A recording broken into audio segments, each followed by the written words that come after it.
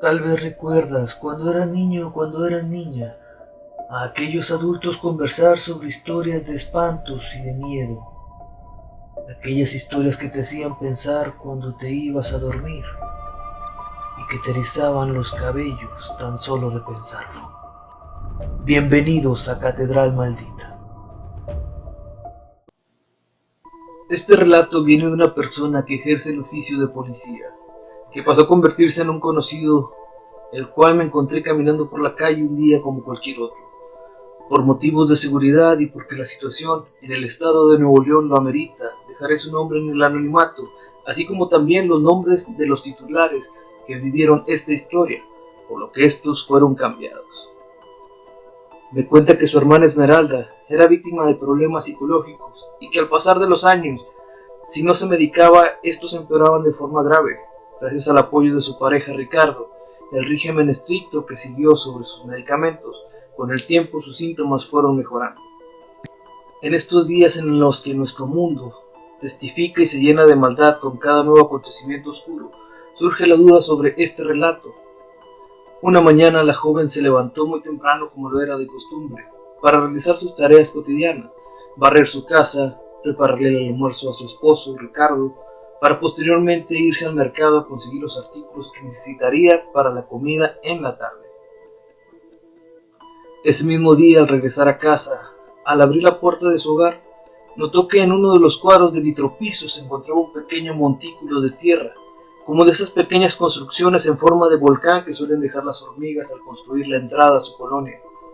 Solo que esta no tenía hormigas. No le dio importancia y terminó por barrer aquella tierra. Al día siguiente continuó con su rutina y volvió a notar que en aquel mismo lugar se encontraba nuevamente aquel pequeño montículo de tierra, por lo cual comenzó a pensar que tal vez esa tierra era producto de las hormigas que intentaban establecerse en aquel lugar, por lo que volvió a barrer aquella tierra sin darle mucha importancia. Pero los días posteriores, después de que aquello se suscitaba, siguió notando que por más que barriera aquella tierra, ésta seguía apareciendo de día con día, hasta que decidió contarle a Ricardo, su pareja. Al paso de los días, este también se percató que era verdad lo que ella decía, y que aquel montículo seguía apareciendo. Todo esto cambió cuando un fin de semana ambos decidieron limpiar su patio, y lo que Ricardo se encontró le dio una sorpresa un tanto desagradable, pues este, al estar limpiando la hierba, se encontró con un pequeño muñeco que estaba atravesado por alfileres e hilos. Muchas ocasiones escuchó a familiares y amigos que hablaban sobre trabajos maliciosos, trabajos de brujería que incluían el uso de muñecos, de estos con el fin de hacerle daño a alguna persona. Ricardo, por su parte, no le dio importancia y pensó que tal vez fue la broma de algún niño de la colonia, por lo cual tiró aquel muñeco junto con todo lo que estaba recogiendo de su patio aquella tarde. Al día siguiente, siendo fin de semana, ambos deciden irse tranquilamente al mercado para comprar los ingredientes de la comida y la cena. Al estar en aquel lugar, Esmeralda recibe una llamada, pero al mirar el número del cual le estaban llamando, sintió un escalofrío recorrer su espalda, ya que el número que le llamaba era el de su misma casa. A lo que Ricardo, sorprendido, toma su teléfono y contesta, pero del otro lado se escuchaba el sonido de vacío que se suele escuchar al entrar en un túnel muy profundo. Ambos no supieron explicarse qué había pasado, por lo que pronto terminaron sus compras y decidieron regresar a casa. A su regreso, temerosos por los acontecimientos de ese día, notaron que todo estaba en su lugar, tranquilo y en orden, pero que en aquel lugar donde días antes estaba aquel pequeño montón de tierra, ese mismo día se encontraba nuevamente en la misma posición, como si algo o alguien lo hubiese puesto nuevamente y de manera intencional. Pasaron varios días y aquella tierra que parecía en aquel lugar dejó de hacerlo. Por otro lado, Ricardo se percató de que aquellos pequeños muñecos con hilos y alfileres seguían apareciendo en su patio, por lo que siguió tirándolos sin darle mayor importancia, hasta que un día, por la noche, antes de salir de su trabajo, recibe la llamada de Esmeralda muy preocupada, ya que ésta le decía que un animal de color café y extraña forma se había adentrado en la casa y que por favor volviera pronto para que lo sacaran. Al llegar a casa, Ricardo se pone en marcha y mueve todos y cada uno de los muebles de su hogar, sin encontrar nada. sino que hasta llegar a la habitación de ambos, decide fijarse debajo de su cama, a lo que su sorpresa fue mayor, ya que a mediación de ésta se encontraba una especie de bulto, por lo cual decide jalarlo para ver de qué se trataba. Después de insistir y forcejear un rato, logra sacar un muñeco de peluche muy desgastado, de color café y con una extraña forma, a lo que Esmeralda, asustada, afirma que eso había estado rondando por toda la casa. Ricardo, impresionado, decide tirar aquel muñeco y no hablar más sobre el tema para no poner más nerviosa a su esposa. Cabe recalcar que ambos vivían solos y que aún no tenían hijos, por lo cual no se trataba de alguna broma de un pequeño niño, o tal vez sí.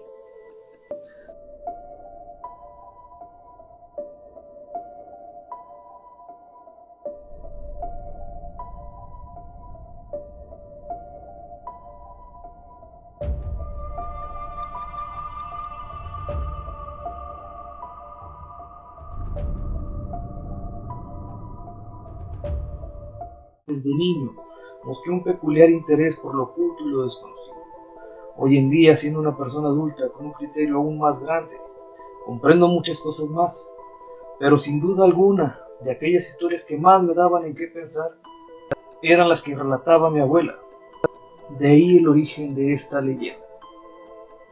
Mi abuela y mi madre me relataron en una tarde calurosa en la ciudad de Monclova, Coahuila, que hace muchos años atrás, antes de que la colonia en la que vivíamos se erigiera tal cual es hoy en la actualidad, las pocas casas que formaban aquella colonia eran testigos de acontecimientos extraños.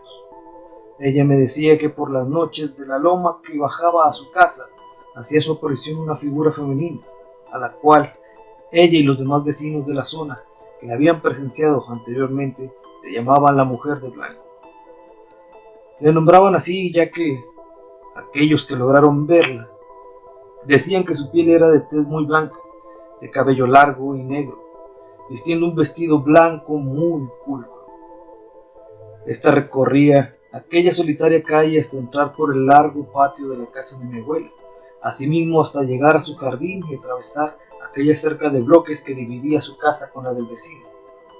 Eso hasta llegar a una vieja noria que hoy en día ya no existe.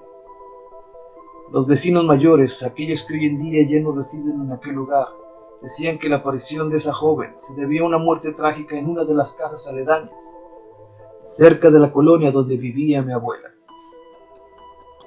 Mi abuela decía que una noche mientras estaba en su habitación escuchó los sollozos de una muchacha joven recorrer frente a su ventana, y que al abrir las cortinas de su recámara no observó a nadie del otro lado. Aseguraba que esa era aquella triste joven de blanco haciendo su largo recorrido hacia la noria. Mas sin embargo, muchos otros vecinos aseguraban que aquella aparición de la mujer de blanco tan solo significaba malas noticias, ya que en ocasiones, según de la voz de testigos, cuando aquella mujer hacía su aparición y llegaba hasta aquella solitaria noria, los perros del lugar comenzaban a lanzar ladridos y aullidos desgarradores, alertando a los que aún se encontraban despiertos que la muerte rondaba por el lugar. O eso es algo que aquellos residentes decían cuando un deceso un día después se presentaba en aquella colonia. Tal vez solo el tiempo aclaró las cosas, pero con la asentación de nuevos pobladores y la desaparición de aquella vieja noria, la mujer de blanco no se volvió a presentar nuevamente. Tal vez aquel lugar representaba algo importante para su espíritu, y al desaparecer, debido a la construcción por las nuevas obras públicas que habitaban en el lugar, marcó el fin de aquello que tanto buscaba.